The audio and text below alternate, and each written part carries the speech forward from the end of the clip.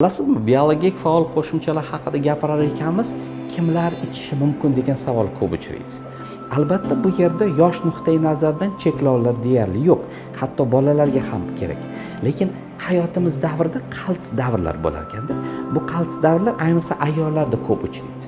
45 dan oshgan ayollar, hayzdan qolgan ayollarda gormonal o'zgarishlar juda kuchli namoyon bo'ladi. Bu muhim va juda xavfli kasalliklarga ham olib kelishi mumkin.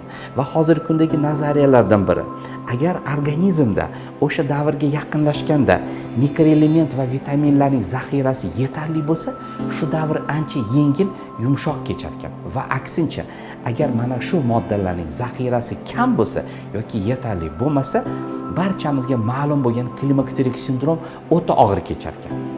Biz mana shu og'ir holatga kelganimizdan keyin qahramonlarcha u bilan kurashamiz.